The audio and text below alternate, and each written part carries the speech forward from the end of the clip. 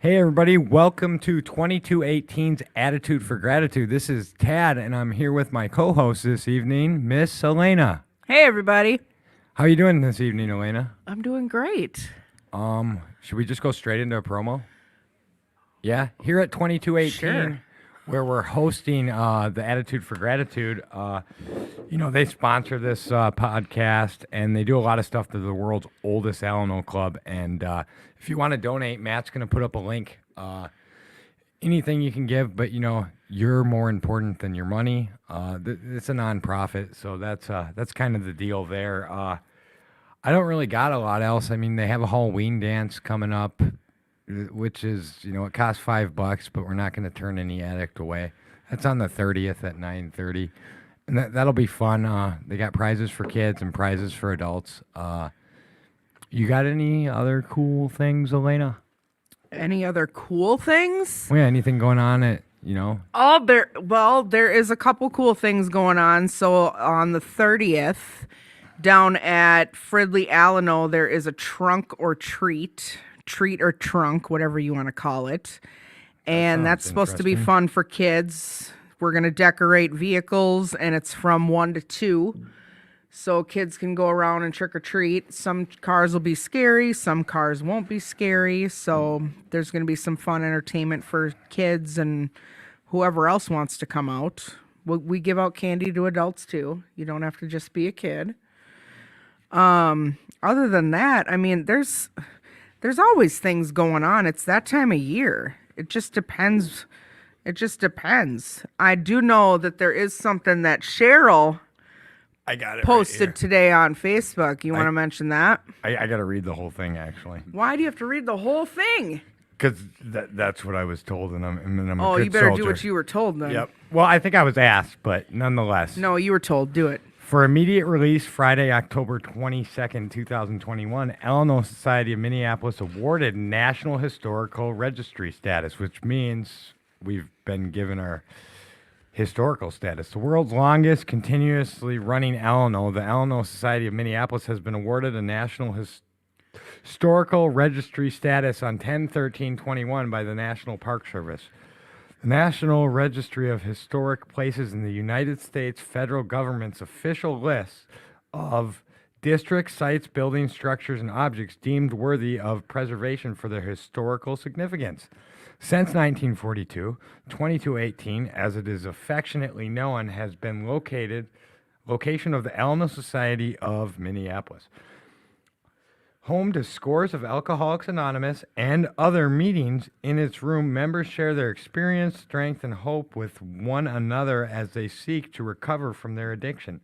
Many of those we serve, sobriety is a crucial first step towards life filled with meaning and purpose. In fact, studies show that regularly engaging in recovery community is critical to long-term sobriety. Alanos are used for such meetings Alanos used for such meetings are located in cities worldwide. One factor sets the Minneapolis Society apart from the others. 2218 is the longest continuously operating Alano facility, not only in the U.S., but in the world. The building is rich with AA historic detail. In its early days, the society was visited twice by Bill W. and once by Dr. Bob, the two renowned founders of Alcoholics Anonymous. The Alano Society is a 501c3 organization separate from Alcoholics Anonymous itself. It exists to administer and support the building and property, offering community a space for recovery. The strategic location of 2218, adjacent to Franklin and Nicollet Avenue, provides a welcoming community for neighborhood residents and others who have decided to seek freedom from their addictions. During COVID, 2218 open every single day. These services are more critical than ever before as overdose deaths and alcohol-related deaths continue to climb.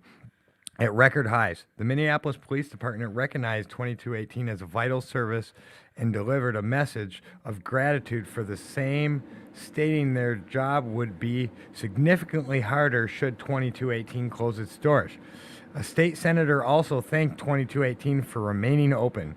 Calls for help come in every day. The Elno Society withholds 501c3 designation and relies entirely on contributions in order to remain open. Historical Registry will make 2218 eligible for assistance in critical building repairs to the building built in 1887 and 1950. For further information, please contact Cheryl L., Board of Trustees, via email at 2218 Alno Society of Minneapolis at gmail.com. And done. Well, that was a mouthful. That was a mouthful, but that's pretty awesome. I mean, that is cool. They've been trying to get this for a while, so I'm absolutely glad that they did that. I think, did you get the message? Mandy said the bottom one is opening music, and that, I don't know, but so while we're doing that, do you have anything you want to go over before you go into self-love with Elena?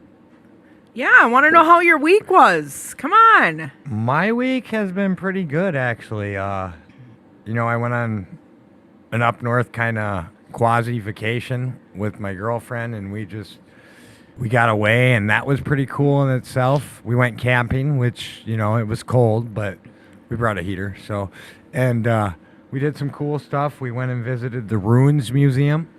The what?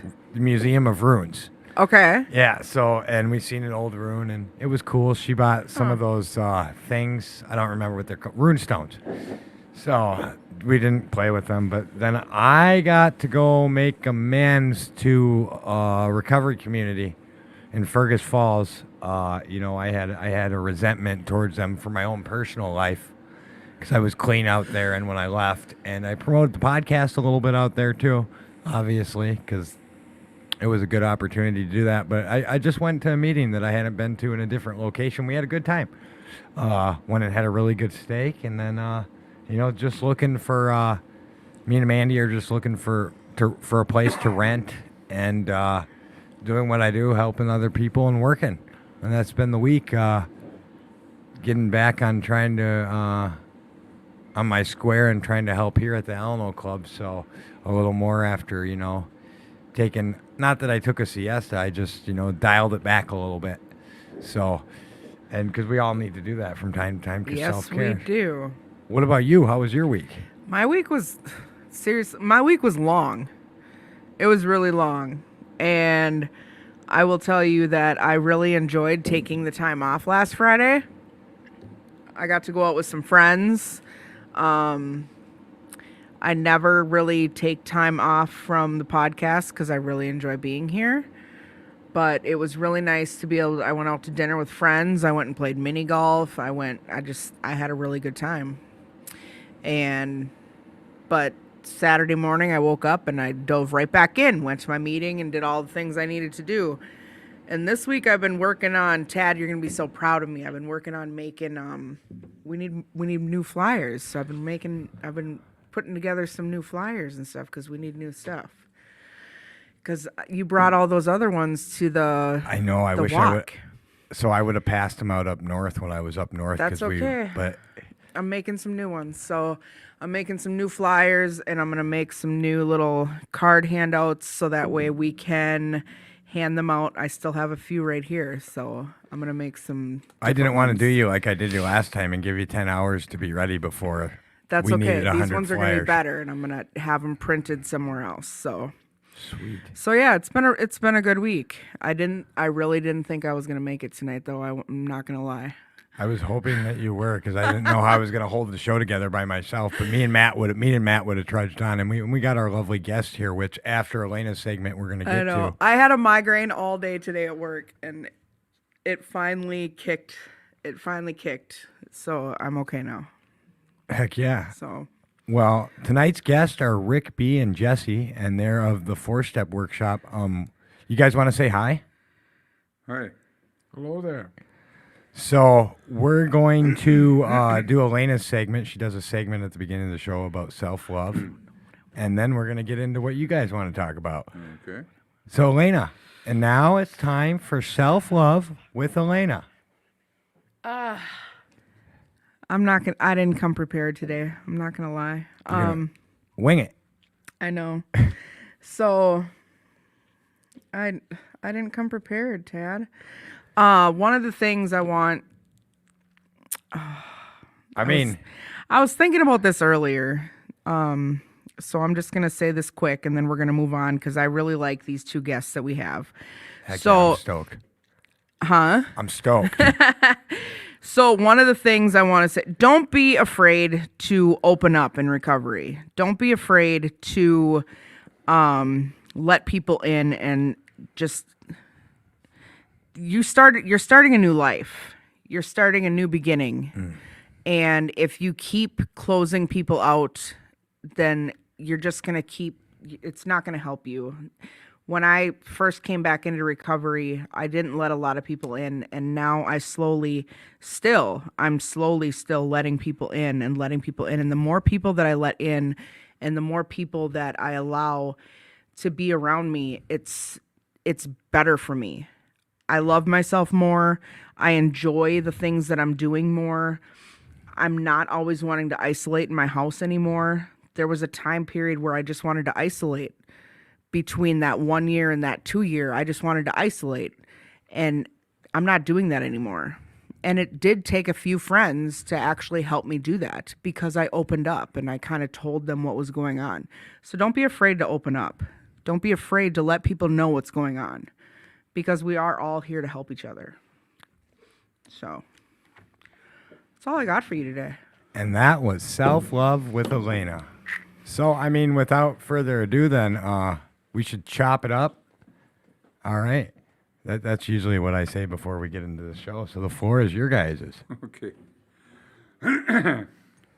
I'm Rick. I'm an alcoholic. I'm Jesse. I'm an alcoholic.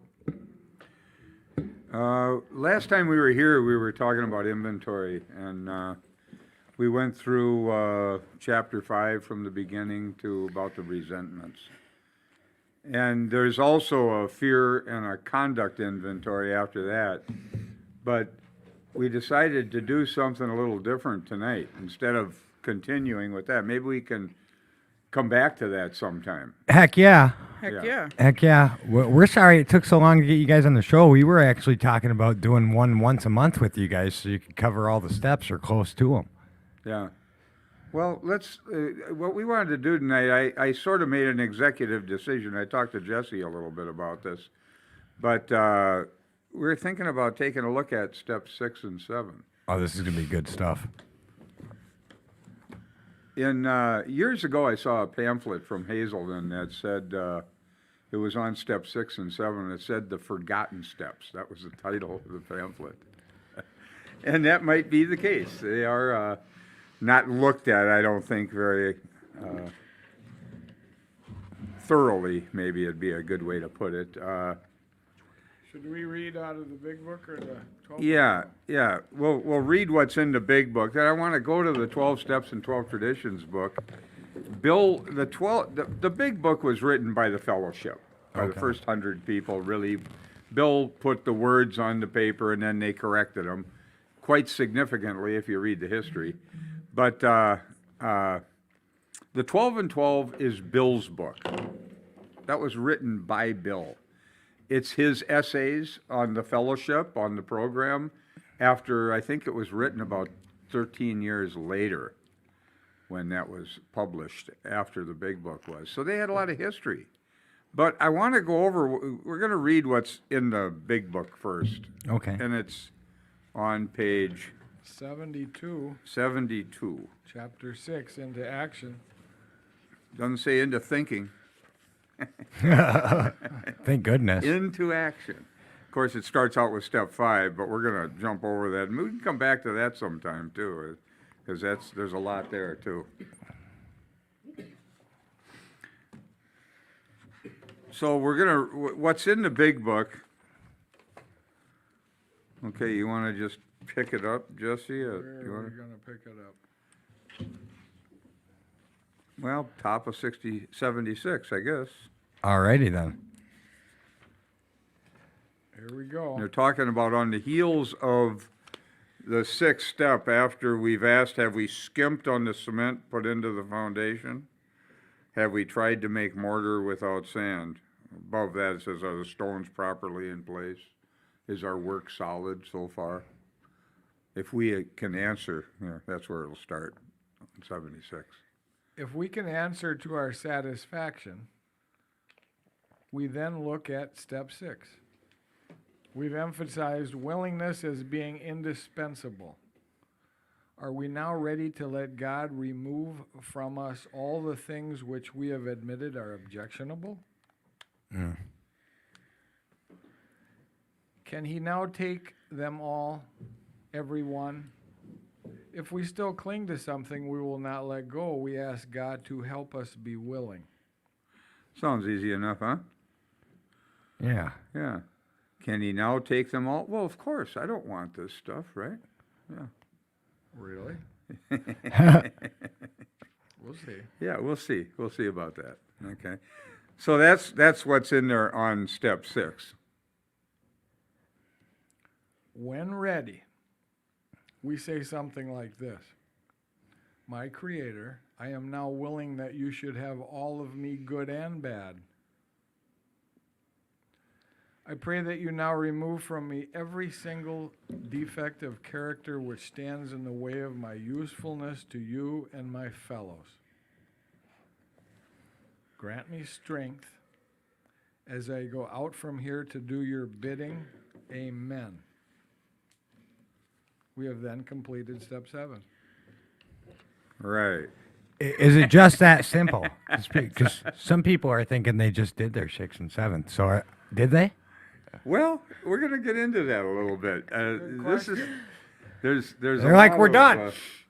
Well, maybe you are. Yeah.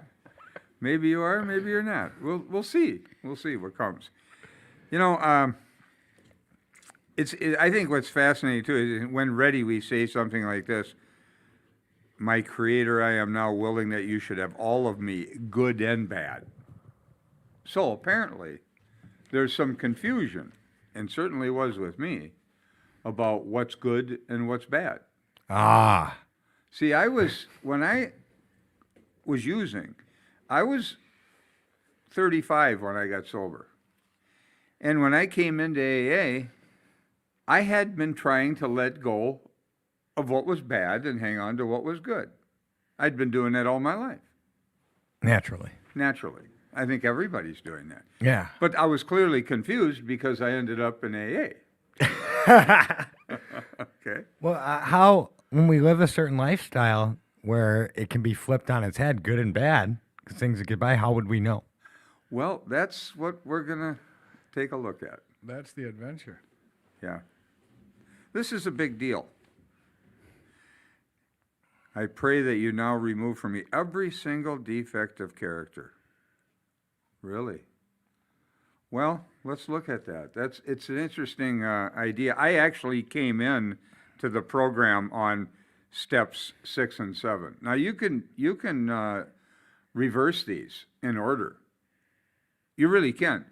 I actually came into the fellowship on step 7, but it was also step 6. I'll tell you what happened. I was laying in a treatment center, and I'd had as much fun as I could stand. I was fixing my life, and I had fixed my relationship with Pam, and 11-year relationship. She took the kids and left. I was fixing my finances. I lost the house we were living in. Had $50,000 equity in that one house, gone in a foreclosure. I was fixing things, and every time I fixed something, it seemed to get worse. I'd been moving my store, my plumbing fixture store around town, working on my business. It seemed that every time I dealt with anything, it didn't get better, it got worse. Every decision. Now I'm an atheist. Like everything that you did made, like your meddling was the cause of it all, it felt like? Well, I didn't think of it in those terms. I thought of it in terms of I couldn't make anything work. Well, what was a young Rick to do then? Well, here's what happened. I got to a bottom. I got to a bottom. I got frustrated. This is off the charts frustration when you don't believe in a power greater than yourself. Militant atheist, I cannot solve any problem without it getting worse. That I can relate. And I finally came to a place. I had just about a week earlier, I was hiding in the ceiling of the Social Security office from the police because I was burglarizing the Social Security office. Interesting. Very. We used to make up fake identities, and I had birth certificates and blank birth certificates, and I had an impression stamp, and we would sell identities. Okay. Literally for about $175 a piece. Whatever name they wanted, we'd type it in, and then I'd stamp it, and that they could go over to the highway department and get a new license. That's quite a racket. It was great, yeah. No, I had a brilliant idea because I was buying some desks from the Social Security office here in town that I wanted Social Security cards to go with the birth certificate. Now you got something that's valuable. The full ID. Full ID. Full new ID. And I was going to an outpatient treatment program across the street from the Social Security office, trying to get my family back. I was trying to keep my family together, and Pam had gotten sober, and I just wanted my family back. So I was trying to go to this program, not to get sober, but to get your stuff get back. Get my stuff back. Okay. Reverse country song. Right. Got the dog, the wife, all that stuff back. Yeah. Play the country song backwards. Yep. So I got this brilliant idea. I went over to the Social Security office after a treatment center group. I was only in there for a couple days. And I was using a lot of crystal meth back then. I had stopped drinking because I was in physical withdrawal from the booze, and the booze was killing me.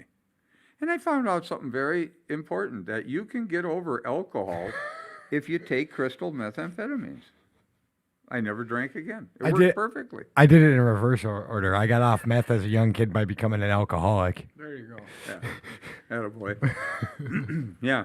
So, but I never drank again, but I was intense. I was just crazy. Well, I went in there and waited for him to close. I climbed up in the ceiling of the bathroom, the men's bathroom, and after they closed, I came down. I was going to do whatever I was going to. I don't know what I thought I was going to do to get Social Security cards, but that's what I was in there to do. And I didn't do any of it. I started seeing things I could steal and gathering up TVs, and back then it was VCRs on stands. I had a bunch of them in the middle of the floor, and I was going to steal all this stuff. And it's not like I had a truck. I would have had to take the stuff out of there and hide it behind a bush or something. And you were on foot? A truck, that's how insane it became for me. And I'd been in there for about 5 hours tearing up the office. I was buying desks from them as Chicago Supply Company. Okay. That was a business I had. And they were remodeling the office, and I was in there for about 5-6 hours tearing it up, and then I opened up the computer room, and the alarm went off, and the cops came, and I hid in the ceiling for 2.5 days from the cops. Holy cow. Yeah. And I stayed up in there because a buddy of mine who was a burglar told me, don't leave the building. You'll get caught leaving. So I hid in the building, and I outdistanced them. But I got out of there without going to jail. I was seen leaving. There was a problem. A couple days later, one of the workmen was working on the building, and then I went into a treatment center, and I was about 3 weeks coming off of all kinds of different chemicals. And finally, I came to a place in my mind where I said, I'll do anything not to live this way anymore. Anything. And I had no condition on that. Yep. And as soon as I said it, I had a Jesus Christ experience as an atheist, which wasn't welcome. And it was like I said, I'll do anything, and then it seemed to come through the top of my head. It was like electricity coming through my body, head to toe, waves of electricity running through me. And all I've done is I made an uncompromising commitment. Yeah. I was entirely ready Entirely to ready. have alcohol, drugs, the whole lifestyle. It wasn't just, it was the whole lifestyle. all the bullshit, all the In and out of conning. courtrooms, in and out of jail cells all my life. I can't take another bite. I'll do anything. And then the electricity starts running through my body from the top, in the top of my head, down through my feet. Waves of electricity. This peace washes over me like I'd never experienced before, with a sense of knowing, and I don't know how I knew this, but I knew it was true, that everything would be okay if I just stick to the commitment I just made, meaning I'll do anything. Ah. Nothing's okay. Everything's a mess. But I knew it was true. And it seemed to be expanding. Everything was getting bigger and bigger and bigger. And then this peace washes over me with the sense of knowing that everything will be okay. And then I get this in my head, and I just about died. I just couldn't handle this at all. This is going to be good. Jesus Christ.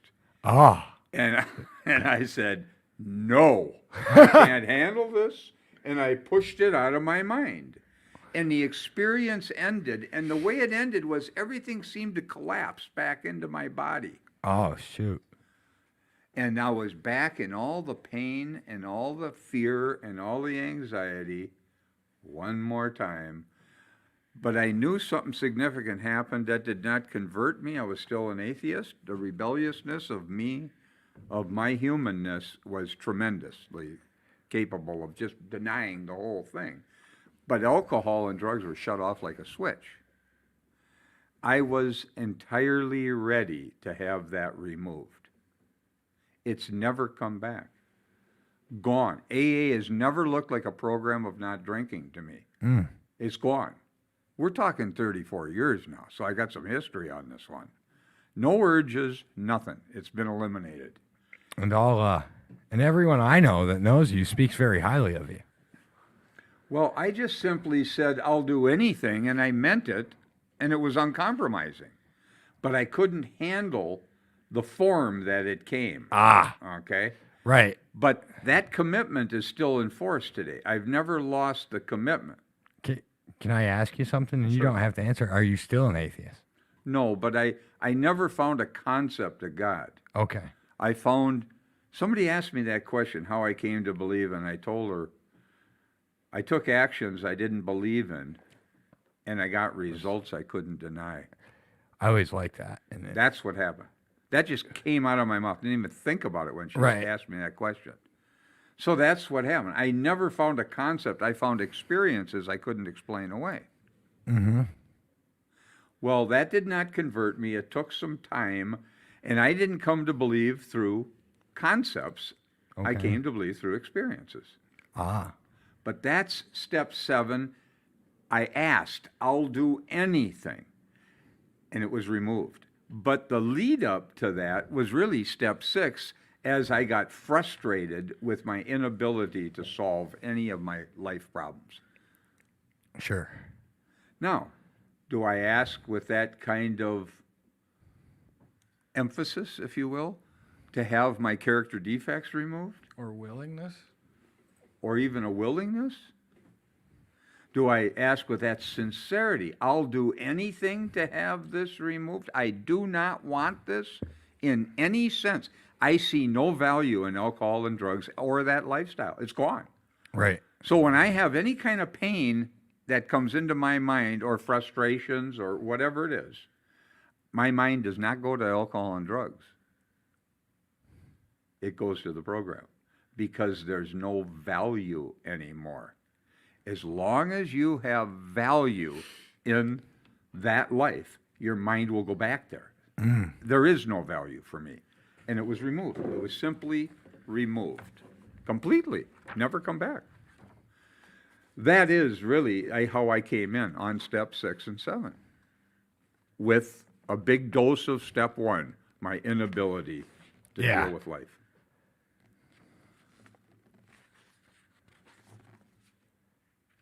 That's pretty good stuff, I have to say right there. It's Jesse, what's your take on this? On this? My take is that this can be done a little bit at a time as we go. Can I actually show up to work on time? Ah, That's taken tremendous effort at times on my part, and over the years, it's become a way of living. Now, I don't want to give the impression here that my character defects were removed. you mean it wasn't a magic pill and you weren't fixed? It was just that issue of that lifestyle Okay. that was removed. The use thing, the desire to go back into that world. There is no desire for that at all. So when I get on to Mexico every winter for a week, sometimes I'll take a couple trips, drinking everywhere. I don't even see bottles. I have no connection to it whatsoever anymore. It's gone. I can relate. I work at a nightclub and a bar, and I couldn't have done it early in my recovery, but it hasn't bugged me once. And what my sponsor, a mutual friend of both of ours, he told me, he said, "You'll know if the obsession's gone. If the obsession's not gone, you'll either get out of there or you'll be drinking within a week." And I haven't once, and I don't have an explanation other than I work the steps and I don't obsess over it anymore. Now, one thing about this craving thing that people have talked about periodically about using mouthwash or anything like that, but I was down in Mexico with my sponsor, Joseph. And I was in my first year. I was just probably 9 months sober. It was the first trip I took down there. We were sitting in a restaurant bar watching a boxing match, and I got up to get they call them piñata, or they're no alcohol, pina colada, no alcohol. Okay. Well, I went up to get one, and I come back. I got a real one. I brought it back. I didn't know had alcohol in it. And I started slugging that thing down. And I got to tell you, I felt the warmth go down into my chest and down. It did not set up any craving whatsoever. Wonder why? It was gone. It was removed from me. Okay? Well, I just took it back up and got what I wanted. And I came back, and Joseph, I mean, he was sober 23, 24 years at the time. He was all freaked out, like I should be freaked out. And I wasn't. It had no impact whatsoever on me because it was removed. You know, Chuck Chamberlain used to say something. He'd say, how do you know when you've given something to God? You don't have it anymore. That makes sense. Okay. You don't have it. If you still have it, you haven't given it. Right. All right? You don't have it anymore. It's gone. Simply is not there. So we're gonna. I think the first time was excited to notice something like this that happened was just in the first few weeks of. I had an experience that just blew it out of my mind. Also, but I was getting ice for Saturday Night Live, and everybody. There was 2 people that are supposed to bring ice. There's no ice. It was a big meeting. Summertime. I'm like, I know where there's ice. There's a liquor store not very many blocks away, right on Hennepin. Oh yeah. Yeah, you probably know the one. And it just crossed my mind. I know where there's ice, and I went and got ice. I got a few big bags of ice. I walked through that liquor store. There was the old Jesse wasn't active. Right. It did nothing in my mind. And then as I'm doing, I'm thinking, I kind of should this be something different? But there was no draw. None. So it was a really cool experience. And of course I had to go back and tell everybody that. But to experience it is something. There's no draw. So I got the ice, and it was just a cool experience. It took me so I didn't even realize till after I'd been working at the bar 3 months that there were no issues with it. And all of a sudden I'm stalking because a bar back wasn't there, and they asked me, hey, can you help out a little extra? And of course I was like, yeah, because I like money and I like my job. And so I started stocking the liquor in the liquor cooler. And all of a sudden it dawned on me that I've been working with alcohol for 3 months and I'm now in a room with hundreds of bottles and I never even thought about that. And I was like, and whereas a switch would have flipped with the old Tad, like you were talking about the old Jesse, I was like, go figure. And then I just kept on and it wasn't a deal. And then a couple days later ago, I thought about it and I was talking with my sponsor about it. And he pointed out that, the craving was gone, that I no longer had the urge because I had taken the steps necessary. And that's the program. Well, I hadn't even taken any steps. I just got beat sufficiently.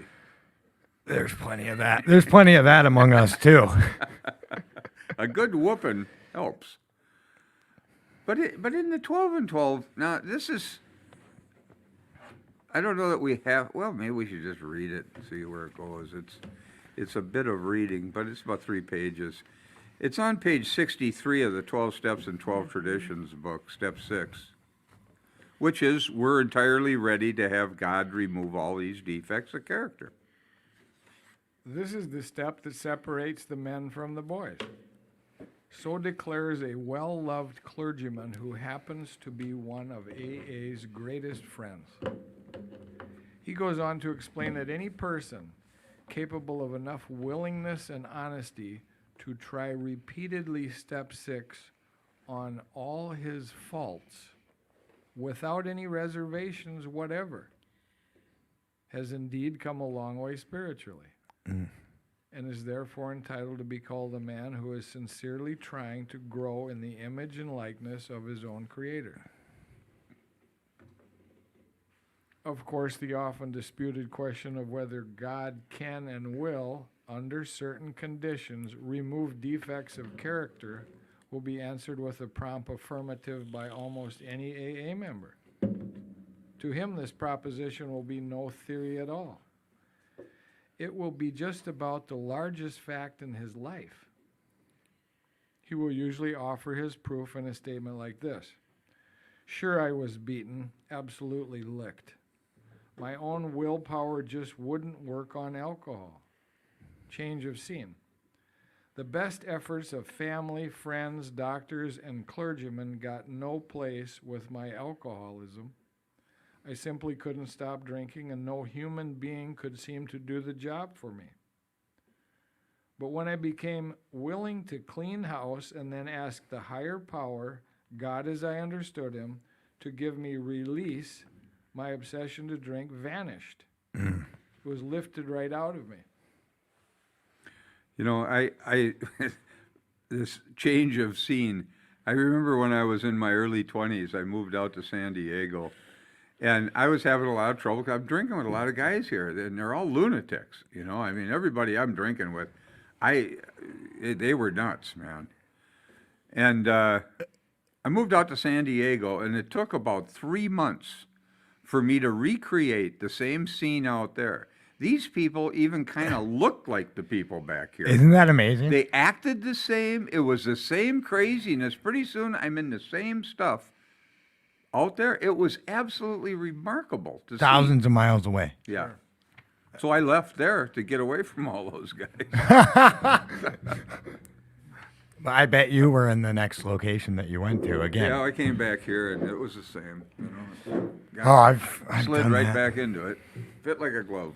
You were talking about how you got off of alcohol from meth, and I did the opposite. But 12 years later, after not being in that scene, I bet you can imagine it went right back to it. It went right back to it. It was like I never left for 12, 13 years off of meth. It was like I never left the situation. Well, I was going downhill at about 100 miles an hour with the booze. When I switched it over to the crystal meth, we sped that up to about 250 You miles probably an hour went down the hill, back up the hill, and down the hill, and back up the hill about 12 times before you even realized it. It really took off with that one. So it took about 7 years. But I do not miss that lifestyle. I know. In AA meetings all over the world, statements just like this are heard daily. It is plain for everybody to see that each sober AA member has been granted a release from this very obstinate and potentially fatal obsession. So in a very complete and literal way, all AAs have become entirely ready to have God remove the mania for alcohol from their lives. And God has proceeded to do exactly that. Having been granted perfect release from alcoholism, why then shouldn't we be able to achieve by the same means a perfect release from every other difficulty or defect? Yeah, that's a good question. This is a riddle of our existence, the full answer to which may be only in the mind of God. Nevertheless, at least a part of the answer to it is apparent to us. When men and women pour so much alcohol into themselves that they destroy their lives, they commit a most unnatural act, defying their instinctive desire for self-preservation. They seem bent upon self-destruction. They work against their own deepest instinct, as they are humbled by the terrific beating administered by alcohol. The grace of God can enter them and expel their obsession. If they live through the whooping.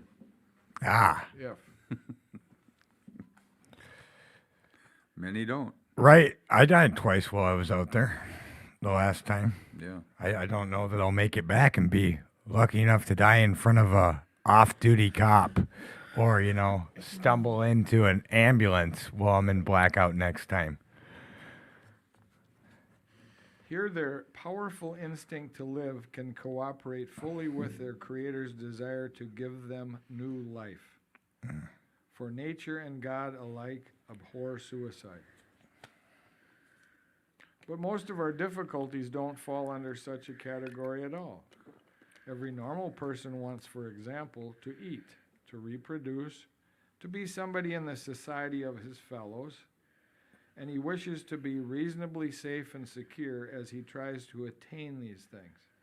It's kind of to reproduce. I remember the only thing when I was young that I liked out of the Bible. This is the only thing I heard that made any sense when God said, "Go forth and multiply." Friggin' It's the only Rick. thing I heard. Everything else I rejected. That's what you took with you? That's it. It came from God. You didn't use that as a pickup line, did you, Rick? What's that? You didn't use that as a pickup line, did No, you? I I heard didn't, this from the no. Bible. I was drinking. I wasn't even looking for women back then. I can relate to that too. In the depths of my addiction, I didn't care anymore. Yeah. I finally reached a place like when I was at the end. I had a couple of girls that for whatever reason wanted something to do with me, and I was like, "Look, man, all I'm doing is getting high. Please leave me alone, please." Like that's what I'm doing right now. I can't do anything. I can't even deal with myself. I gotta go.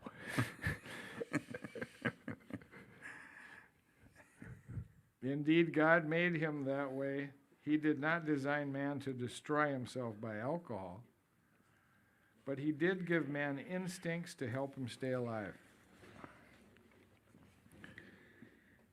It is nowhere evident, at least in this life, that our Creator expects us fully to eliminate our instinctual drives.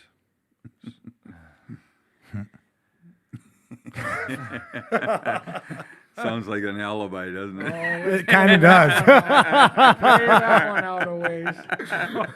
Oh. Bill had a little trouble here. Yeah. Oh. So far as we know, it is nowhere on the record that God has completely removed from any human being all his natural drives.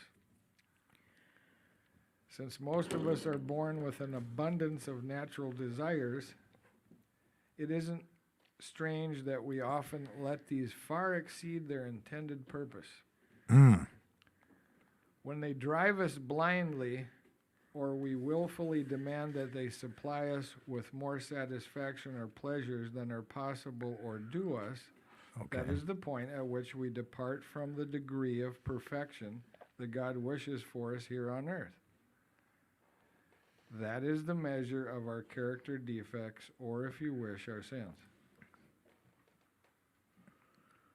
If we ask, God will certainly forgive our derelictions, but in no case does he render us white as snow and keep us that way without our cooperation. See, there's the clincher, without our cooperation.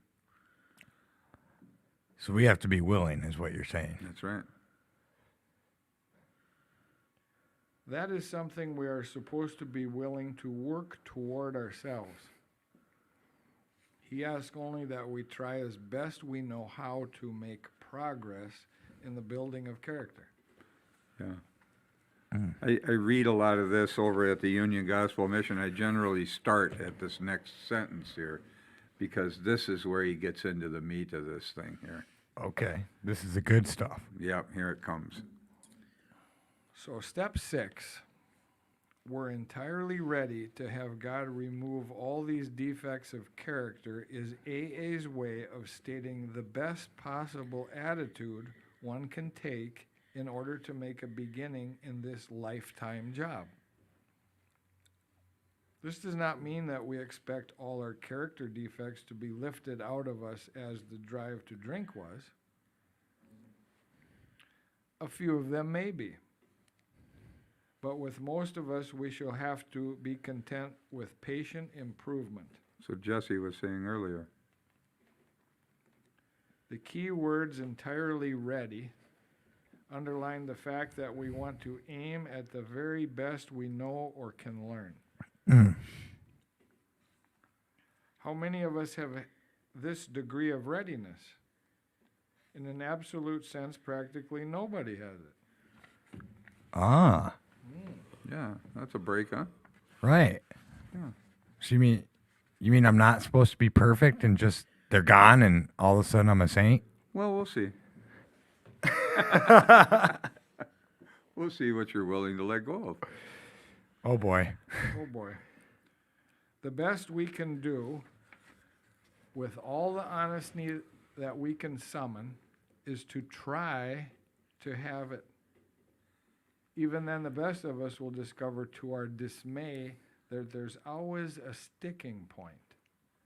A point at which we say, no, I can't give this up yet. Ah.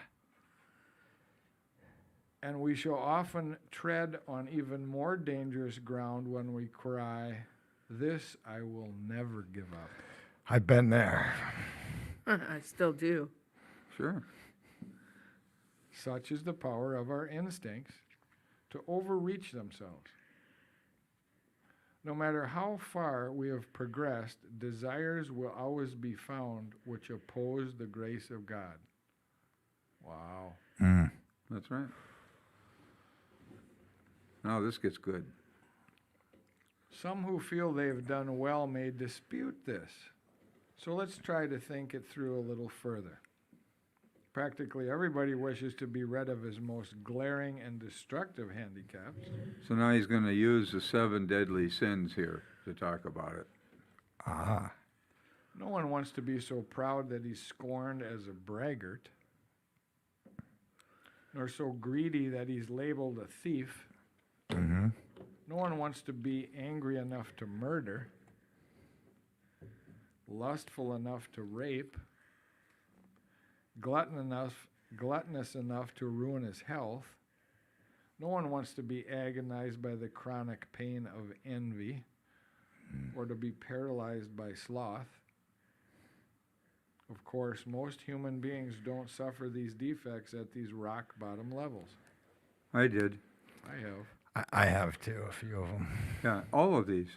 I I give have it, with and without drugs and alcohol. Without drugs and alcohol, I've Sure. found these are all available. I came to you guys on a Wednesday. We had dinner afterwards, and I had found out that I could be as angry as I was. You remember? I could be as angry as I was using, sober, and which I never thought was possible. And actually, my sponsor brought me to have dinner with you guys after that. He said, "Get here this Wednesday and meet us, and we'll just have dinner and talk." And that was, I thought I don't know. I got a little arrogant in my recovery and thought that I knew stuff because I'm on a podcast, because I've done stuff. And, you know, the more I think I know, the more I realize I don't know shit, one. And two, like, they say this drinking and drugs were just a symptom, but I'm the problem. Like, I really started to believe in that. So practically, everybody wishes to be rid of his most glaring and destructive handicaps. Now, when I read this, I was sitting in bed writing a 4-step inventory. I was about maybe 3 months sober. And I'm reading this. It says, practically, or no one wants to be so proud that he is scorned as a braggart. Now, I never thought of being proud was bragging. Right. I never thought of it in those terms until I read this. Nor so greedy that he is labeled a thief. Ooh, I never thought of I've been a thief all my life. I've been stealing material things. Right. You know, and that's one thing. You can say, well, I'm not a thief. I don't steal material things. Well, how about in relationships? Ooh. Yeah. You go into Ooh. relationships to get something? Oh, You know, you want to get to know that guy or lady that's got a lot of money so they can take care of you? I'm trying to get something. I'm a thief. Oh, we shouldn't use words like that. We should soften that up because that sounds too harsh. No, that's what it is. If you look at it honestly, holy cow. that's what that is.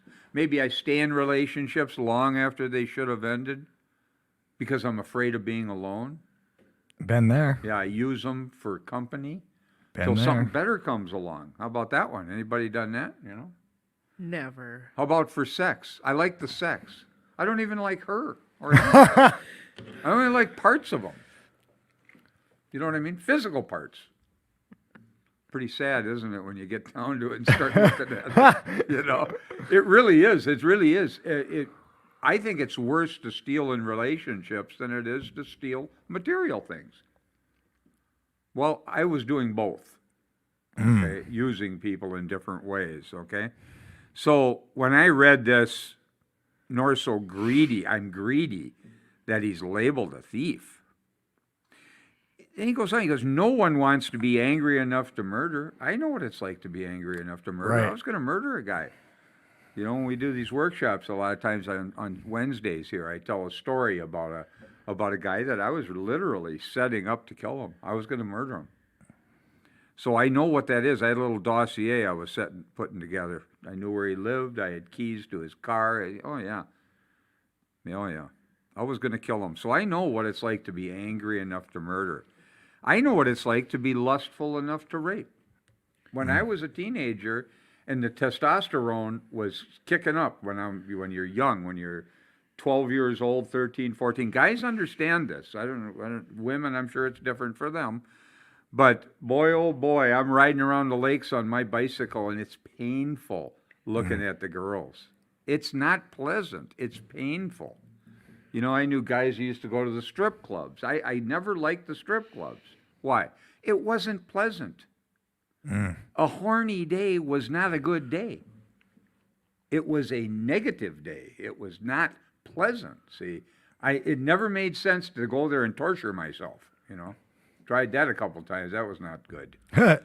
So I you know, but I knew what it was what it was like to be lustful enough to rape. I could have grabbed somebody, and I was so driven when I was young that way. And you guys know what I'm talking about. Yeah. To some degree. And it's So I'm not particularly proud of that. I think guys go through that period. They have enough consciousness to keep from doing something stupid. most you of know. us. Most of We us. know how he Yeah. also is bringing up degrees of this. So when I leave the store, do I leave the pretty waitress at the store in my mind? Or do I Ah. try to bring her along in my mind? I mean, this can be to degrees. See? Yeah, and how do you look at her in your mind then? Exactly. As a piece of meat, you know Right. what I mean? Right. You miss the person entirely. Yeah. You completely overlook the person for your desire, for your instinct, if you will. Bill talks about it. So gluttonous enough to ruin his health.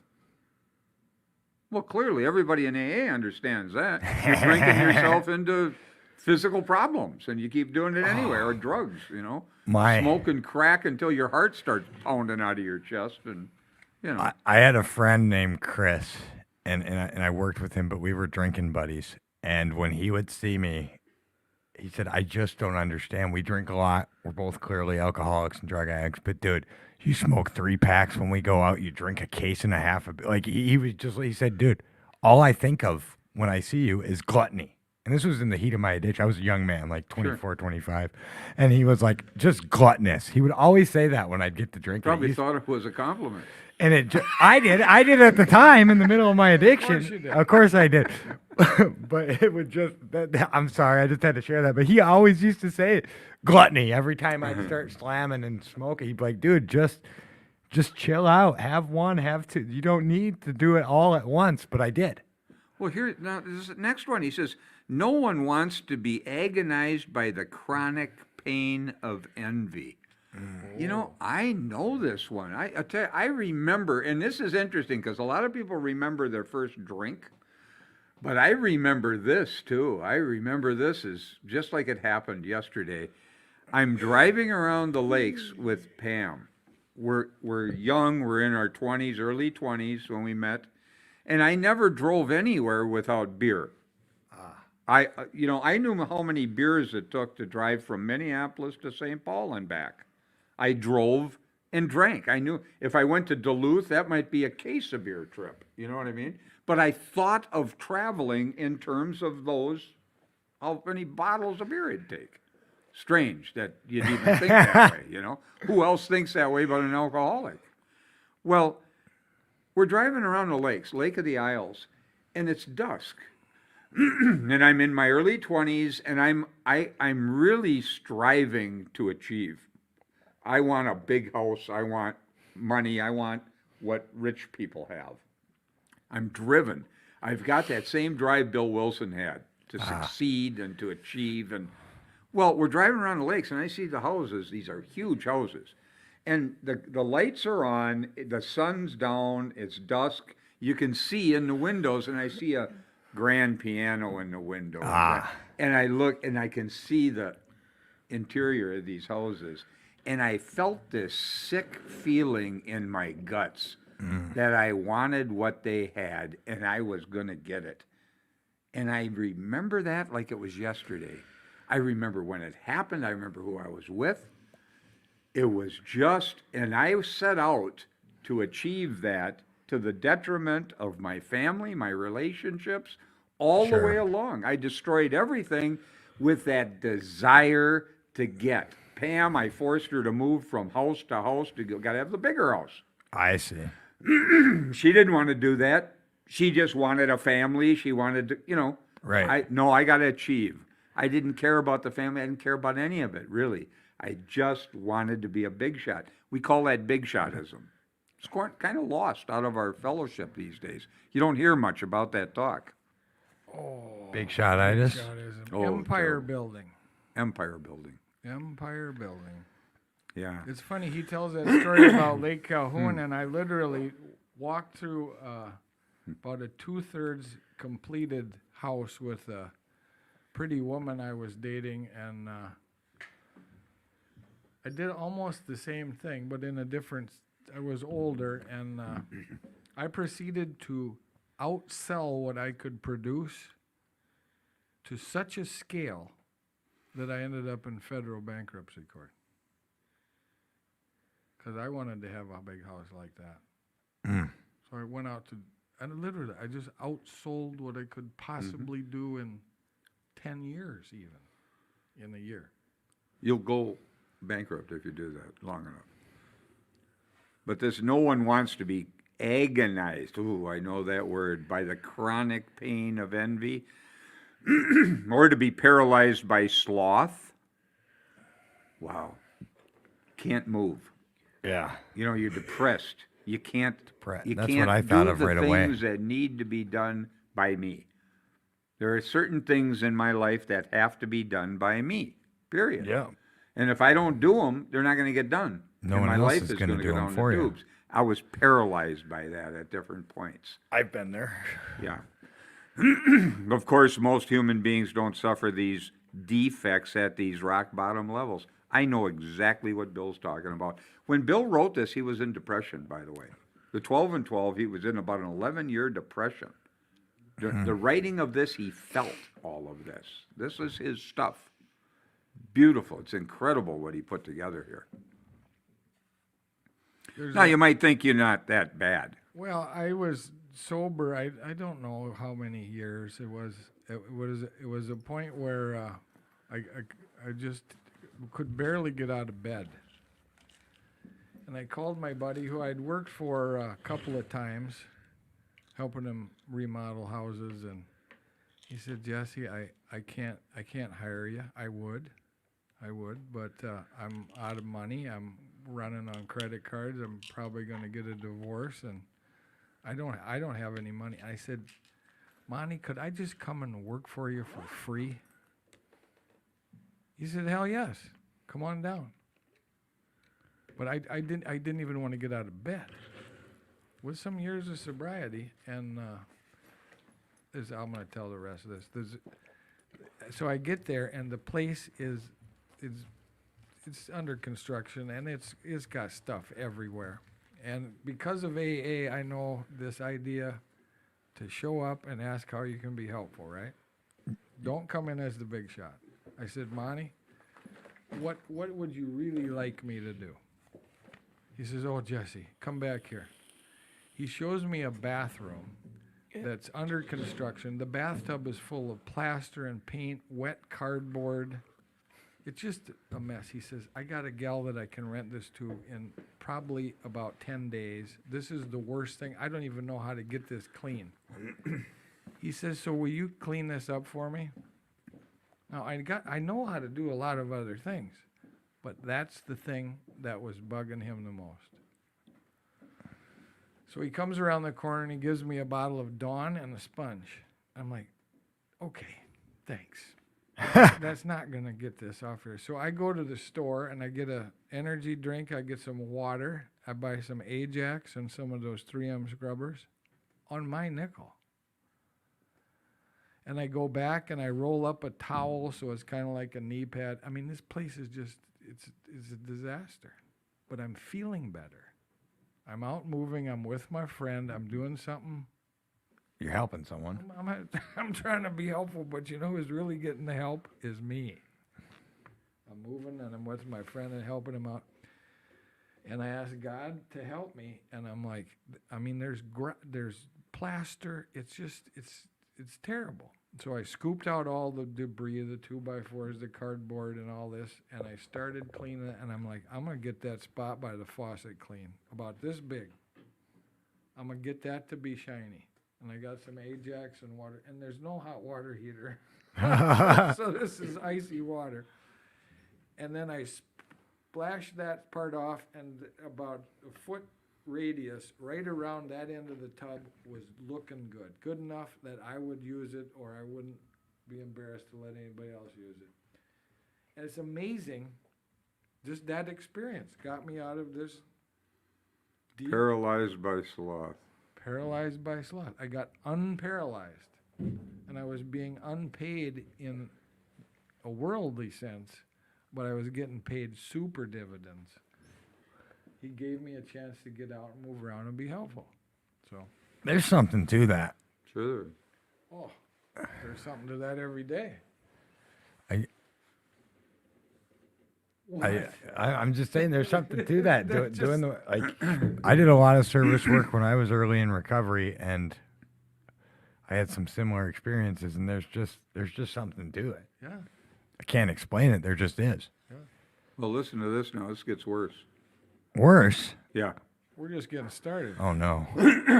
So now maybe you don't think you've felt these defects at these rock bottom levels. We who have escaped these extremes are apt to congratulate ourselves. Yeah, I'm not like them. Yet can we? After all, hasn't it been self-interest, pure and simple, that has enabled most of us to escape? Yeah, if you rape somebody, you'll go to jail. If you murder somebody, chances are you'll go to prison, okay? Not too much spiritual effort in avoiding that, Okay. okay? That makes sense. Well, he's going to say that anyway here. Not much spiritual effort is involved in avoiding excesses which will bring us punishment anyway. But when we face up to the less violent aspects of these very same defects, then where do we stand? Yeah, then, as they tell us, then where do we stand? The less violent aspects. So now we're going to look at the Oh, less boy. violent aspects. See how these look now.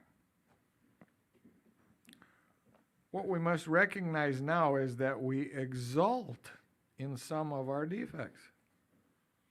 We really love them. Who, for example, doesn't like to feel just a little superior to the next fellow? Or even quite a lot superior? Yeah, I never want to feel a little superior. I want to feel a lot no. superior. I was thinking that as I read it. Sure. These are the less violent aspects now of these same defects.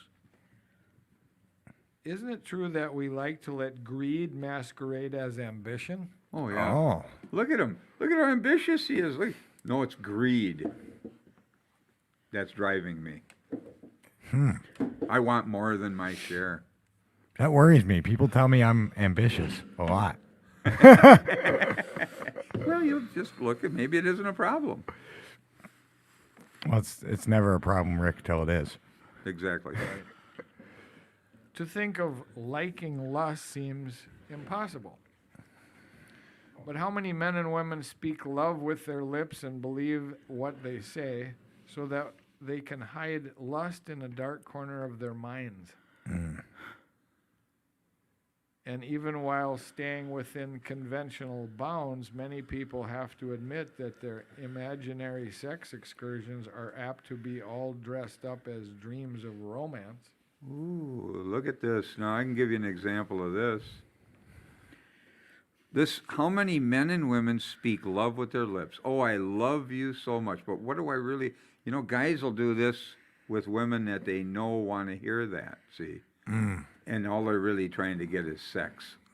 Sometimes. Not always, but sometimes. Not only guys do that. I'm sure. But they speak love with their lips and believe what they say so that they can hide lust in a dark corner of their minds. But this is really great. And even while staying within conventional bounds, the bounds of the convention of society. There's certain rules that Yeah. society kind of Society lives by. norms. Now, staying within the bounds of those conventions, many people have to admit that their imaginary sex excursions are apt to be all dressed up as dreams of romance.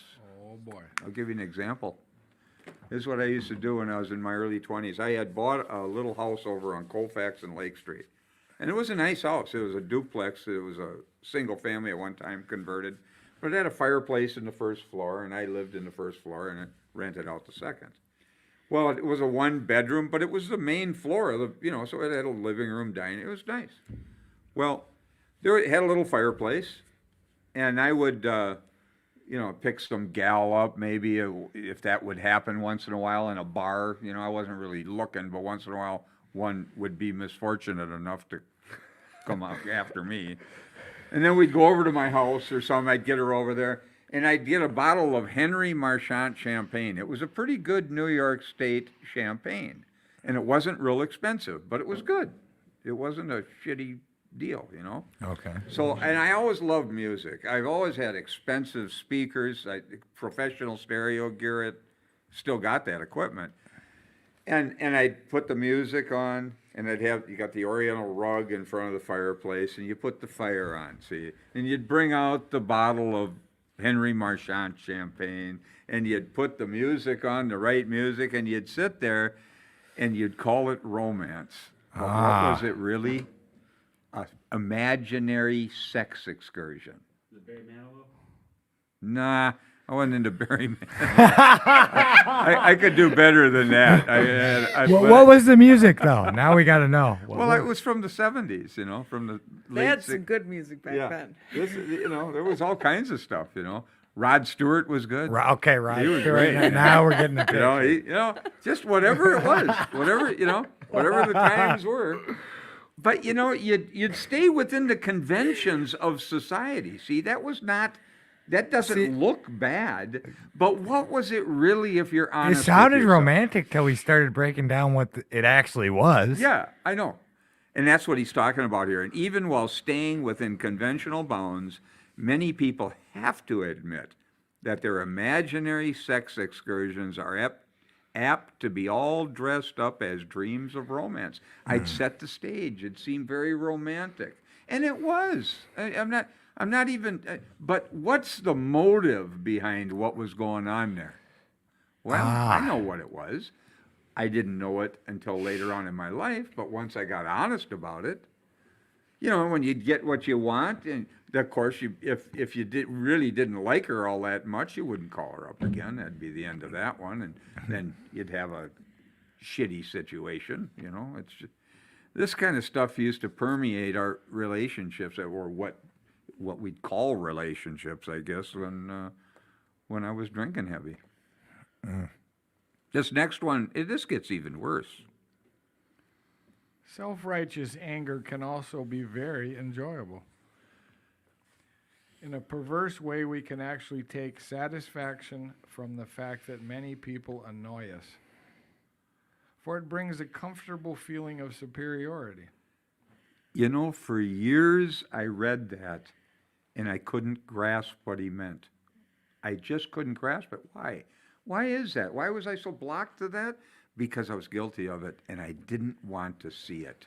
I'd read those lines. Self-righteous anger can also be very enjoyable. You ever done this? In a perverse way, we can actually take satisfaction from the fact that many people annoy us. Yeah, look at what those guys are doing. Look at what those, whatever, you put the term on it, you know? Right. Whatever it is, look at what those guys are, look at what those Republicans are doing. Look at what those Democrats are doing. Look at what Those doesn't matter Packer what it fans. is, see? Those Packer fans. That's Oh, my yeah. favorite.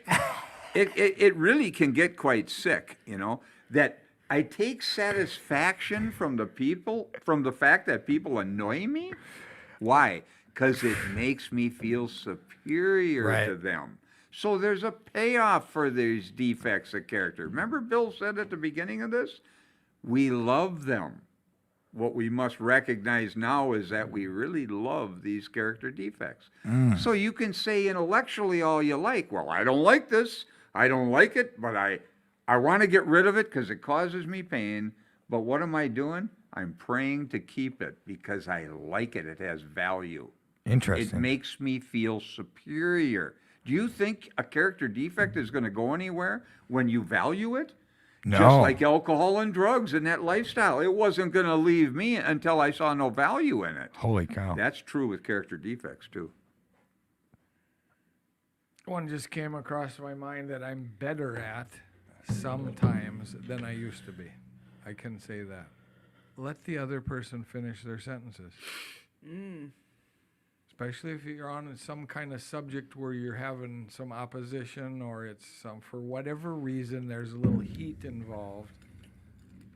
Can I let the other person finish their sentences or their paragraph or what they need to say? Sure. I can do that more often than I used to be able to. But you're not perfect at it, right? No. I found that's true too. Like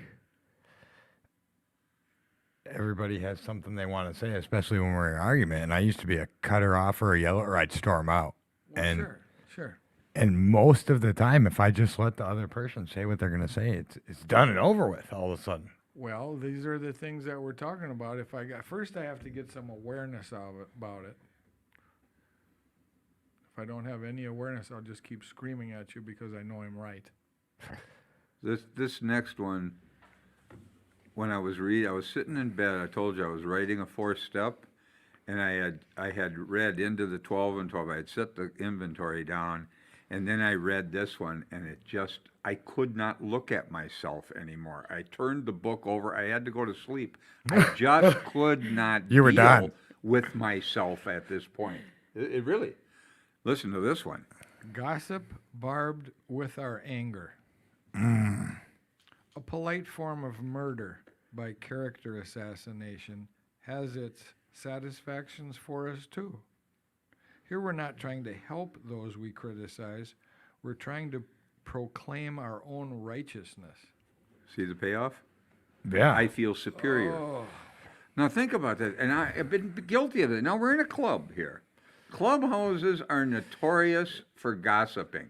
It's a way of, They're a hotbed. well, they really are, and we've all done it. Who've Oh, gone yeah. around these places, okay? And you know, I think there's an intimacy in gossip. Right. You right. join with someone. And you Unfortunately, feel like you're you're on the joining end. in your woundedness, not Right. your strengths. You're not joining in your strength. You're joining in your wounds when you do this. See? So it's actually harming me. Early on, it was hard for me to tell the difference from being a part of and gossiping. Like, I didn't know. And sometimes it still is. As you know, my job's security here, so I need to know stuff sometimes. So it's like, I have to deal with facts. That's the only way I right. know. Right. Because anything else, if it's not a fact and it's just someone's word, it's hearsay, and that's gossip. So and it's hard to tell the difference sometimes. Well, I'll tell you, one way that might be kind of interesting to think about this is if somebody's coming to you and telling you something about somebody else, you might ask them, and I'd recommend this, ask them if it's their experience. Is it your experience with that person? And if it's not, then whose grievances are you carrying? right. Whose grievances are you bringing around and spreading? You don't even know if it's true. You're Right. getting one. See, that'll shut somebody up, man. Unfortunately, and if the person, well, you that- know, you're a president. Yeah, you know. and you know what? If somebody's coming up to you and telling you something that's going on, and that person is, let's say you have something to tell me about Matt, and Matt's not in the room, and you're Right. telling me something, that's gossip. Yep. Well, and I deal with this a lot in management at sober housing. If you can imagine, people are coming and telling on each other left and right for no reason, and it's just the nature of the beast. And I asked them. I said, "What's your motive?" That's the first thing. What's your motive? Are you trying to help this individual so that he can stay sober? Yeah, but is it even your experience with them, or Right. is it somebody else's? Right. What are you carrying here? You know? And I ask them that, and that shuts down a lot too. Asking them what their motive for telling me is. Like, is your motive to get them kicked out of the sober house? Because that's not what I want. I want everyone to get better, because none of us move into a sober house because we're great people and we're not damaged and don't have bad habits. If I'm being honest, That's right. At least I've never how met can you anyone, make including this myself. Situation better. right?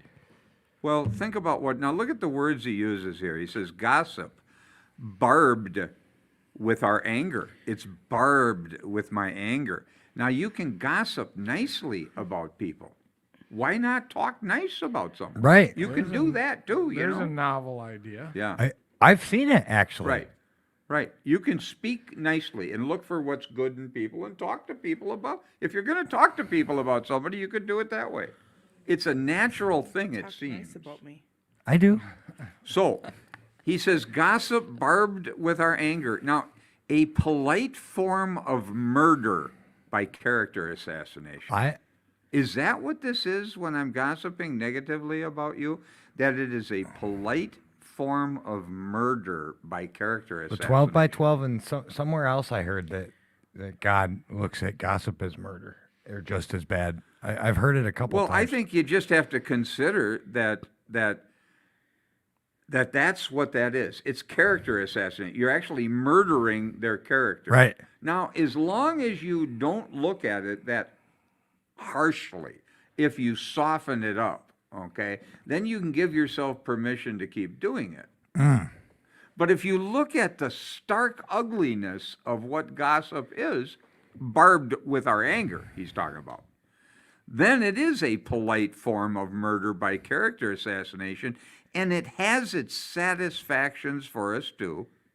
Now, here's the payoff. Here, we're not trying to help those we criticize. We're trying to proclaim our own righteousness. So I'm trying to pull you down to build myself up. But you know, whenever I do it, I don't feel good. No, it's. It pulls me down. Have you guys? Can I ask you guys something? Have you guys ever gone back to something like what we're talking about that maybe used to make you feel good? A bad behavior, anyone like gossip, we could say, and now in recovery a couple of years, or you guys got quite a few, 24 hours. You just feel like shit when you do that old behavior. The path gets real narrow. It's gets real Tolerance narrow. to my own BS. yeah. It's my own BS in my own mind. The tolerance for it is less. I've been going through that a little bit with my own BS lately, and I'm like I've even said out loud to myself, who the hell are you, Tad, what are you doing? Like, straight out, I said it out loud. I was talking to my friend about something, and I was being stubborn about a thing, and I was acting like a jackwagon, and I was just like, Tad, what are you doing? You know better. Like, I can't even Now, tolerate think myself. about what you just said. You said, Tad. Now you're talking to yourself. Yeah, now I'm talking Now, to myself. who's talking to you if you're using your name and saying Tad? You're like, there's two people in there then. Right. Right. So clearly, then, there's another entity here that's not who you are. Which one is it going to be? Right. The voice of reason or the idiot savant? Ooh. My sponsor used that, and I thought he came up with a lot of stuff that my sponsor taught me, Jason, until I met Rick. I like that. I'm going to use that on you. Yeah. Cute. Look, Bill doesn't let anybody off the hook here. He goes on. When gluttony is less than ruinous, we have a milder word for that too. See, he's talking about a milder word for gluttony when it's not killing you, when you're not quite dead yet from it, you know? We call it taking our comfort. Oh, shoot. We live in a world riddled with envy. To a greater or less degree, everybody's infected with it. From this defect, we must surely get a warped yet definite satisfaction.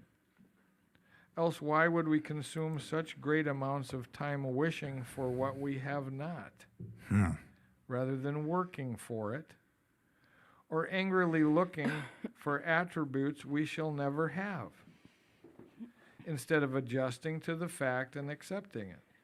Yeah. This thing, I know there's certain things that I am not going to be good at. There's certain, I just don't do, you know? I don't have any desire. Like, for example, I can't type. Now, could I learn to type? Yes. But I'm not interested in learning. You have to teach your body to do it, see? There are certain things that I just am not interested in, so I don't do. Whether I could or not might be another story. But I just don't want to. So I can adjust to the fact that I'm not going to be a good typist. I can peck on a computer and get a letter out if I need to or whatever I need to do. But I can't type like a typist, somebody who does it every day.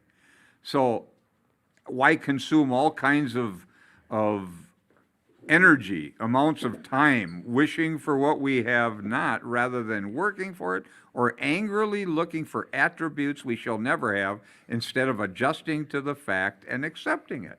Yeah, you might not be the best looking guy in the world or woman, you know? Accept it. No. See, it's just insane. Ugh. And how often we work hard with no better motive than to be secure and slothful later on, only we call that retiring. God, he doesn't let anybody off the hook, does Holy he? cow. That's what retiring is, being slothful and secure later on. Oh, my gosh. Oh, yeah. Instead of functioning in society, being a part of society, I'll just sit in my house and watch television, you know? So those people we criticize for not being able to retire because even though they have everything, like my grandpa's one of those guys, like he has to be busy. He wants to be. Maybe he Yeah. doesn't has to be. Maybe he wants to be. Yeah, people have given him so much shit because he packs his whole day full, Yeah. but he's happy also, But he's alive. and he's happy. That's right. how much he packs into the stream of life every day. Yeah. Yeah. Consider too our talents for procrastination, which is really sloth in 5 syllables. I like that.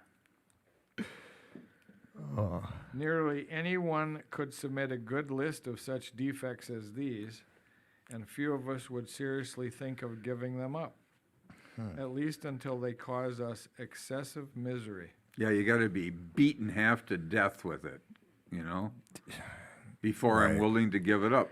He started this out, talking about the men from the boys, Right. being willing to let these things go before they're killing you, before they've kicked you around the block 300 times, you know? Well, that's the difference. That's what he's talking about. Can I be willing to let these things go, or do I like the payoff too much? There's Right. always a payoff for character defects. If there wasn't, I wouldn't have them. Then Yeah. you hear people say things like, well, God's it'll time. be in God's God's time. time. Oh, it's enough to make you puke. What do you mean, in God's time? God's keeping character defects on me? If that's God, I don't want any part of him. That's what my atheism was about years ago. Right. If that's God, that is not love. I can guarantee you that. So I don't buy it. When I don't value them, they'll go. How do you know when you've given something to God? You don't have it anymore. Remember the day I could give an AA talk without cussing. Up until that point, I could not go through really any conversation without cussing. I remember the exact day when that happened, You know, that I could speak without cussing. I didn't even know you two knew how to cuss till we were out to dinner, and one of you told a joke and you swore, and I was just aghast. Really? Yeah, and then you. I like to do that so people don't put me on some kind of a pedestal. I can't. You know, there was a guy who died drunk. He had a couple great lines. One of them was, "It's Nike, not Nietzsche. Just do it." And the other one was, "The only reason you put anybody on a pedestal is so you can slide a longer shaft under them." Oh my gosh. In other words, it's a setup to kill him. You Right. put him up there, and he can't live up to your expectations, and it literally is a setup to go after him. Oh yeah. Boy, oh boy, that's tough. Well, and Rick's got all sorts of crazy jokes when he's not when he's just Rick. He was lighting me up with jokes. It was pretty good.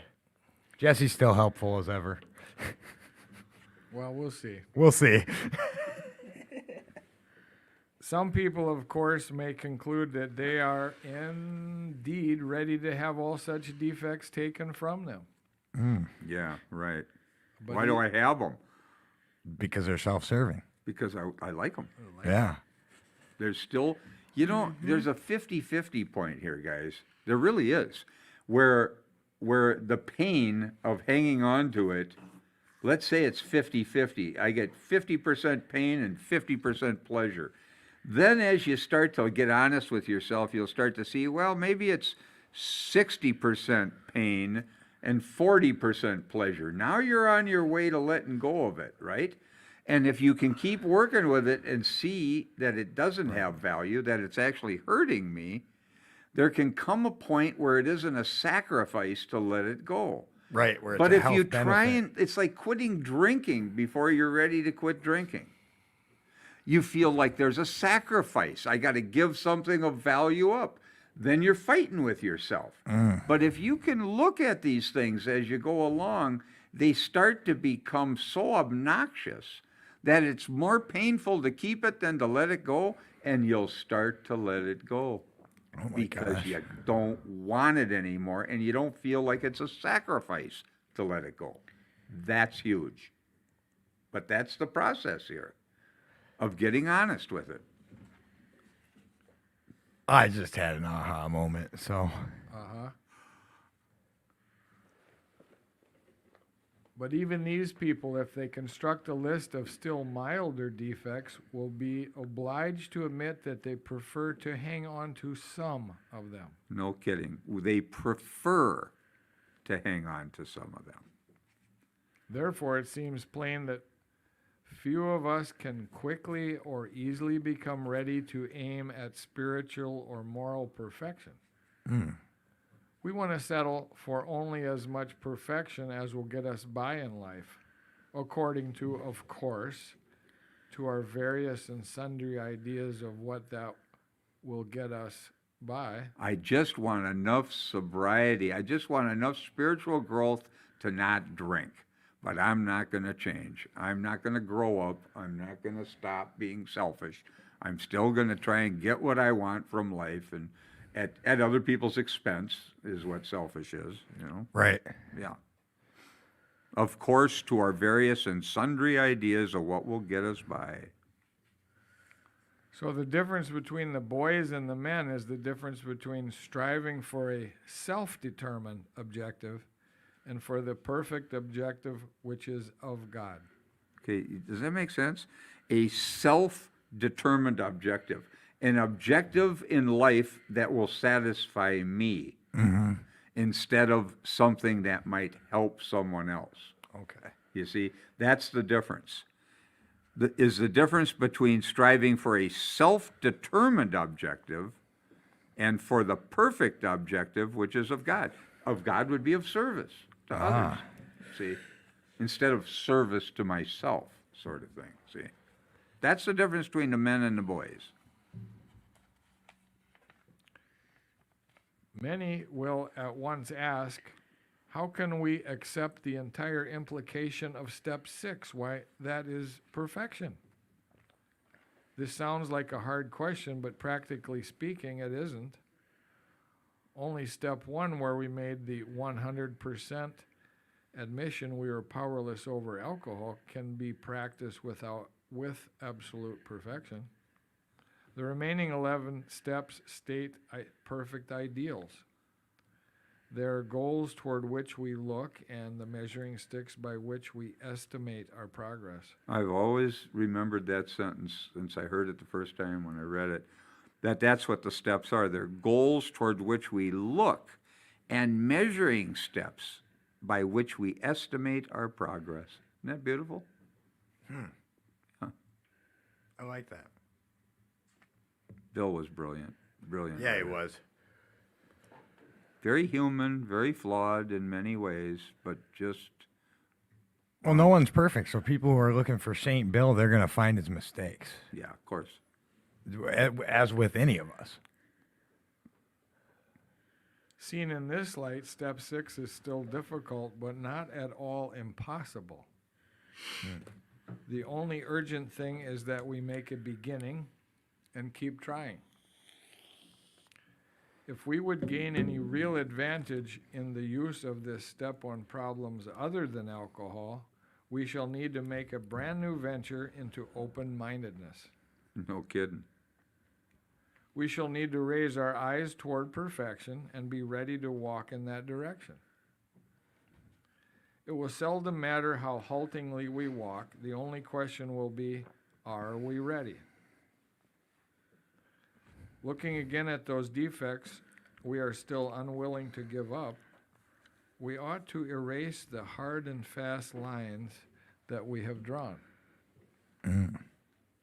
Perhaps we shall be obliged in some cases still to say, this I cannot give up yet, but we should not say to ourselves, this I will never give up.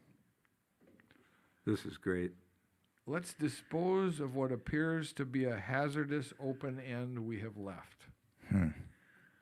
It is suggested that we ought to become entirely willing to aim toward perfection. We note that someday, however, Some delay. some delay, however, might be pardoned. That word in the mind of a rationalizing alcoholic could certainly be given a long-term meaning. I had thought this way before I read what he wrote. When I read it, I thought, this guy knows me so well. Right.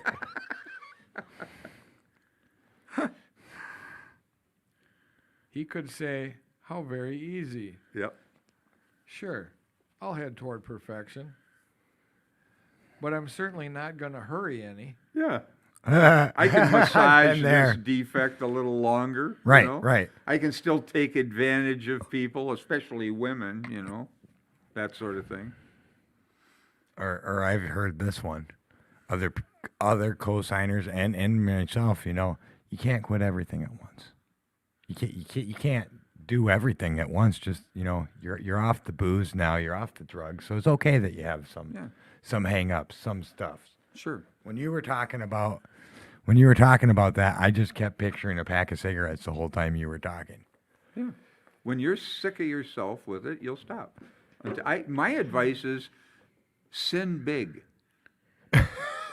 Do it with enthusiasm till you're so sick of it you can't stand it. Isn't that how you get sober? You're not wrong.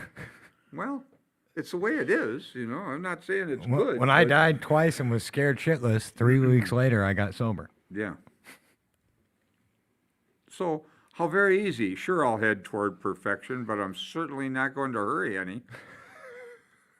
Maybe I can postpone dealing with some of my problems indefinitely. This is great. Of course, this won't do. Such a bluffing of oneself will have to go the way of many other pleasant rationalization. At the very least, we shall have to come to grips with some of our worst character defects and take action toward their removal as quickly as we can. The moment we say no, never, our minds close against the grace of God. Delay is dangerous and rebellion may be fatal. This is the exact point at which we abandon limited objectives and move towards God's will for us. Isn't that beautiful? Wow. This is the exact point at which we abandon limited objectives, which would be objectives for me, Right. and move toward God's will for us, which would be service to others. It's beautiful. Son of a gun. That was pretty cool. I want to thank I mean, his writing is just magnificent. thank you guys for coming and doing this. I always have a pleasure when I get together with you guys, but this is pretty cool. Do we got enough time to get into step 7 a little bit, or are we done? How long do you think it's gonna take? Well, we'll just do it another time. I was gonna say because we got gratitudes. And So, I just want to say I have an amazing sponsor, but I have never dove into step 6 like that. That was amazing. right, I feel like I went on a journey. Yeah, I was- that was amazing. I'm gonna go back and listen to it again. I just had a friend give me the big book with the workbook, big book, whatever it is. You know what I'm talking about? Pages on the side. Yes. Those are cool. I cannot wait to dive into that. Really? You know that gets me every time I read this? And Get- then I want to share it. right. Yeah. And I want to just share it. It- It's because it's that profound the way he laid this out. I was thinking of something, but now I almost don't want to share it because Rick's not here because he'd find it kind of funny too. So every time I go through the big book with you guys, whether it's at a workshop or like even the 12 by 12, I get something new. And even if it's, let's say day 2 of the workshop and I've been to day 2 5 times, I still get something new. And I remember so it never ceases to amaze me. I asked Jason why that was one day. And, What did he say? oh, it's because the big book elves are there switching things out. And messing around. He was messing with me, obviously, but I always. So this thing is alive because as time goes by, and then you said earlier, oh, I just had what did you call it? An aha? Yeah, and Well, so we have ahas, and then we share them with each other, or these things just keep happening. It's very alive. right. It's just very alive. And because my character defects that were killing me and the things that I need to change to move on in my life, because we always should be striving for better, are different now than what they were. They're different. Like right now, I'm debating if I want to quit smoking, and I'm a 2 to 3 pack a day smoker. So now that's 30. What? That's $30 a day, and so why can't I afford stuff? I Because have not smoke. bought a pack of cigarettes in over 2 months now. And what is smoking doing for me? I'm starting to get. It makes my breath taste nasty. It makes me smell. It's wrecking my clothes, and I'm spending all this money on it. So the whole Well, time. this is he's- a never-ending story. right. You mean it's not the big book elf, so? This is never-ending story. So- It keeps expanding, and So let me ask you guys, so when is the next four-step workshop? We're starting actually this Wednesday, we're starting from the beginning. Oh boy, oh boy. 6:30 in the auditorium. What do you here at mean, the 2218. beginning? The beginning of chapter 5. Okay. We actually cover the first 4 steps. We go through chapter 5 completely. And you go through it the way that you just went through, like Yes. this Yeah. right here, Yes, Yeah, absolutely. on Wednesday Yes. at 6:30. that's right. We go, you'll hear step 3 in a way you'd never heard it before, I'll bet, you know? If you actually read the book and say, we're not doing anything special with it. Right. An idea was that, and we had kind of talked about this, but then I don't know why I felt like I'd be bugging you guys. That's why we never had you back on the show. And an idea that we casually talked about was, maybe starting at 1 and once for a year, once a month, having Rick and Jesse on and going through the steps this way. That was kind of an idea. And Well, we can talk about that. we should probably talk about it because, like I said, I told you it's good stuff. So I have another question for you. So since we just did step 6, have you ever read books outside of the big book and stuff for different steps? So like, Are you I talking read, about a different fellowship or? no, Yeah. like books that have to do with like different, so like I read the book Drop the Rock, Right. Okay. which Right. is a really good book for step 6 and 7. Yeah. How do you feel about books like that? Well, I read it years ago. I knew Bill Pittman. Really? Yeah, I went to a meeting with him, and I know Bazan's a little bit. Those guys that do stuff on step 6 and 7. They were good with it, But I just think that Wilson's rating is so significant in the 12 and 12 on step 6 and 7. 7 is really fabulous too, in a little different way, but it really is interesting. I've read a lot of stuff. I've read a lot of history. I've read a lot of books written about AA that weren't AA. There was a book called Francis Hartigan was Bill Wilson's or Lois Wilson's confidant. After Bill died, he was a young man who took care of Lois until she died. And he wrote a book called Bill W. by Francis Hartigan. It's worth looking at. There were some things in there that came up. There were criticisms about Bill in different ways. One of them was infidelities and that sort of thing, and that was addressed. And it was an interesting awakening for me when I read that, because I saw something that I couldn't see before. And because there was a woman that Bill was involved with. They were apparently going to get divorced at one point and didn't, because of the fellowship. They felt that it wouldn't be good, But they loved each other and stayed together. And what came out in that book was Lois never wanted sex after menopause. I think they had an agreement. She knew Bill was highly sexed. She didn't want sex. I think they stayed together and they had an agreement. And there's been a lot of criticism of Bill on this issue, which I think is grossly unfair because people don't know the circumstances. See, it's easy to judge somebody else and what's going on and not know what the relationship was or anything else. So Yeah. that was quite an awakening for me. There was only one woman, from what I understand. It was not, but Hartigan talked about that and talked about what Lois's perspective on this stuff was. So that was. That helped me see that differently. Not that I had a big judgment about it, but I heard a lot of people gossip and be negative and go after Bill Wilson on that issue, And I don't think they knew what the hell they were talking about. That's all. I think we just read a chapter about that. Yeah. We did. Exactly. That's where it comes from. Oh my gosh. Yeah. I love you, Jesse. You're always on the spot. Oh my gosh. Dude, this was awesome. I think we're gonna have to talk. We're gonna have to talk about maybe going through the steps in like a year, if you guys are open to One it. of the things too, guys, if we got a minute, or do you? Oh yeah, we got him. There's a tendency to want to change your behavior. You come into AA and you stop a certain behavior. Maybe it's stealing, okay? You change your behavior, you feel better because you've brought your behavior into accord with your judgmentalness. Stealing's bad, for example, okay? So now I'm no longer, maybe you're cheating in relationships. Cheating's bad, so I stop doing it, and I become quite self-righteous about it, you know? I've stopped doing it, I feel very prideful, if you will. But then somebody, you know, the problem with it is you can't forgive yourself because you can't change that you used to steal, okay? Oh. Somebody will come into your world who's a thief, and you'll get an opportunity because you'll react violently to them.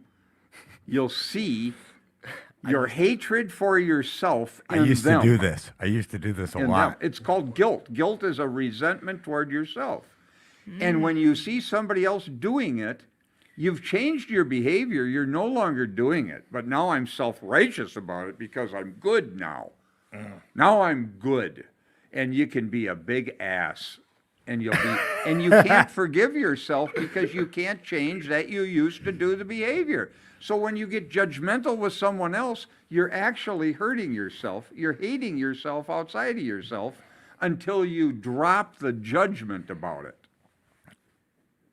You got to drop the judgments. It's easy to just change your behavior.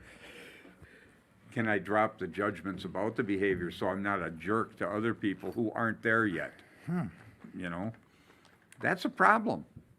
And you'll find it in yourself, especially in step 10, where Bill says that it's a spiritual axiom that whenever we're disturbed, no matter what seems to be the cause, there's something wrong with us.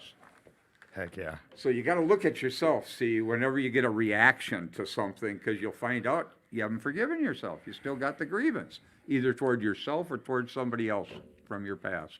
But it's a grievance. Nice. It's a big deal. This bring your behavior into accord is good, but it ain't good enough. Heck It's a yeah. beginning. It's a beginning. It's a good start. Then people will keep showing up to Yeah. help you see what you need to overlook. Then you'll get to a point where you won't be reactive to them because you'll forgive yourself. Or somebody who you have a resentment toward from your past. It's fascinating when you start to see this stuff playing out in your life. Right? It is. Well, I want to thank you guys. This has been a really good show, and it's always a pleasure, like I said. We're going to get into gratitude. Yeah. There's been a lot of people that have commented that this has been a Absolutely. very, very good show tonight. So, Absolutely. And this, I think This we'll isn't have. easy stuff. No. And I remember being uncomfortable the last time you guys were on. And then, this show was pretty good. I had a couple you were revelations. uncomfortable? Oh, yeah. Does that mean you needed to do a step forward? Oh, yeah. I Oh. needed to do one. Yeah. Checking. Yeah. So, anyways, I'll go first tonight with gratitude. Yeah, what are you grateful for? You're going to go first? Yep. Wow. I am grateful that I have become. I'm grateful for all of you guys, by the way. And that sounds cliche, but I'm grateful for this show. I'm grateful I'm back. I'm home here. And I'm grateful that I have become willing to look at that I'm not always right or know everything. And with that, what are you grateful for today, Rick? You know, the thing that I'm most grateful for, I think, over the time of my sobriety is that I've learned how to not hurt myself. I used to think it was others that were doing it. I've learned how to not hurt myself. Huh. That's interesting. These thought. are things that I've had to examine and take a look at, but now I know what's going on when I'm in pain or conflict. Right. That's huge. Matt, what are you grateful for? I'm grateful for 2218, where I'm at in my recovery. You know, I'm close to my 1 year coming in end of December, beginning of January. You know, it's only a few months away now. I'm grateful for where I got into, where I'm in my treatment, my outpatient, my family, like my birth family, like my chosen family here at 2218 through NA through Phoenix. You know, there's so many things I can say I'm grateful for, but like that's the biggest thing. Like I'm grateful for my relationships I have, like with my friends, my girlfriend. Like everyone in my life is special, no matter who they are, no matter what they've done. You know, and my quote for tonight is, I think it's a good one for it. Give everything you do in life 110%, and you will achieve success in one form or another. Heck yeah. Well, I took and took and took until I had nothing left. Now I'm gonna give and give and give so I can have everything. Yeah, pretty much. Heck yeah. Jesse, what are you grateful for? Well, I'm grateful you invited us here tonight. These things that come up, you know, my mind usually says, "Oh, can I make it? What's that date?" That sort of thing. But I just say yes, and somehow something wonderful happens, even if part of my mind has no clue what that's going to be. I got freaking warm and fuzzies. It's I do. I do. Oh. Elena, what are you grateful for? What? I'm waiting for you to say it's the weekend so I can. Oh, well, you know I'm always grateful for that. No, I'm grateful. This weekend I'm helping my daughter create a costume for Halloween. So we went and bought all of the supplies for that because we're very crafty. So we're going to do that this weekend. And Tad, I heard your little shot earlier, so I just want to say I'm grateful that the Packers are 5-1 and the Vikings are only 3-3. So I just want to say that. Get your team off my people's land. I'm Oneida Indian, so her football team is on my land. So I just want to say I'm just grateful that the team that I like is a little bit better. It doesn't Aaron matter. Rodgers is awesome, dude. It doesn't matter. No, I just respect game. Right? Maybe you guys, Okay. maybe you don't know this. Maybe you guys let's need hear to what Rick has realize to that say. it takes more than just one player to make a team. But okay, Do anyway. you know that if a practicing alcoholic moves from Minnesota to Wisconsin, the IQ of both states goes up? Oh my god! Oh my god! I told you he had great jokes. That was a pretty good joke. Gosh, that was. That was a pretty good joke. Is that from experience, Rick? Well, I just saw it. You know. That was a pretty good joke. Oh my god! So with that, we're gonna get into buzzer beaters.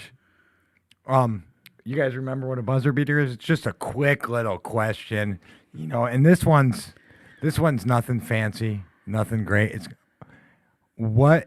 Even if you're not gonna dress up, pick a Halloween costume and share with anyone. Go ahead, Elena. Pick a Halloween costume. I Yep. tell my kids every year I'm going to be an angry mom. Okay. I'm not angry anymore, but I'm an angry mom. Okay, that's your Halloween costume. Rick, what would your Halloween costume be? Boy. Probably,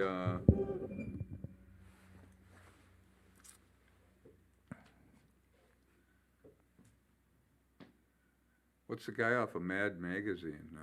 Oh, Stewart? no, Edward. No, the cover guy. Yeah, Guy? yeah, I know who you're talking about. What Me Worry guy, you know? Remember him? I used to read Mad Magazine a lot when I was a kid. Can't think of his name.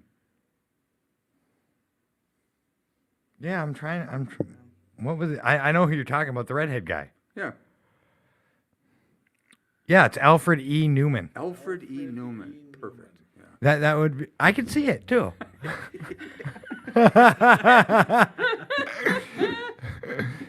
How about you, Jesse? Well, for years I'd go to parties and I'd put 5 pens and pencils in my pocket, and they're like, "What? You dressed up as a nerd, but you're already a nerd. That's what you always wear anyway." So that's probably what I do. Be a nerd? All right, The Matt. recovering nerd. Matt, what would you be? I'd be Deadpool. Oh, Deadpool. All right. What about you, Tad? So I didn't. I don't know. We once again 2 years in a row. I'm probably gonna be a Care Bear because I have a onesie, and you know I have to DJ here, and it's an effortless costume. I just put it on, and that's it. But if I got to choose, you know, I was always obsessed with superheroes and all that. I think I want to be a bad guy, and it's discouraged by my friends and my girlfriend. Why do you want to be a bad guy? We don't like bad. So I think I would be the Joker if I got to choose anybody. What do you mean you're gonna DJ here? Oh, we're having a Halloween party. Did I not say anything about that? No. We're having a Halloween party here at 9:30 on Saturday the 30th. And there is going to be prizes, a couple prizes, and some candy for the kids, and there'll be a live DJ who's me and Brady. So, So yeah, it'll sucks. be fun. I forgot about it. I'll and be I'm- at Fridley Alano where they're having a party too, Heck yeah. and a costume, dance, DJ. Right. All that stuff. So anybody that's on that side of town, they can always Check go out- to Fridley. That if a practicing alcoholic moves from 2218 to Ridley, the IQ of both clubs goes up. Oh my gosh, we can use this for so much. Well, I usually go to Blaine Alano, so It works there too. I was gonna say, did you know? I was just gonna be a dink and say, did you know if the president of Blaine Alano Club goes from there to do a podcast at 2218, the IQ of both places goes up? I'm just kidding. I actually go down a little. Right. Hey, my final thought with Tad today isn't gonna be a long spiel or a long statement. It's just gonna be this. And I'm talking to myself, and if this applies to you, am I acceptable and open that I can be wrong or that my opinion can change? That what I found to be true, or, something that I vested and rested my loyals on yesterday could be different today. Am I acceptable to that? And that's all I got for final thoughts. It's just been precedent in my life that me having a stance on an opinion or being in one corner, I can be in the next corner the next day. Situations change. Situations are situational. I know that's a cop-out saying, but it's one of my favorites. I use it on the Sober House guys. When they ask me why I have to treat people differently, I tell them, well, because situations are situational, and then you insert bullshit excuse after that. But am I open that mine can be changed? Because, you never know till you're in that situation. You never know how it is till it's you facing that situation, what would happen. And hey, with that, like we always like to say, you are loved. You are enough. If you're having trouble with addiction or having trouble and need help, feel free to reach out to us. Our numbers are on this site. And if you want to come check out what Rick and Jesse are talking about at the 4-Step Workshops, it is on Wednesday at 2218 First Avenue South, Minneapolis, Minnesota at 6:30. And afterwards, they usually go to this great little restaurant. Everyone's usually invited to fellowship afterwards. So come check that out too. And hey, it's been real. And I love all of you. And you guys have a good weekend and week. And we shall see you next week.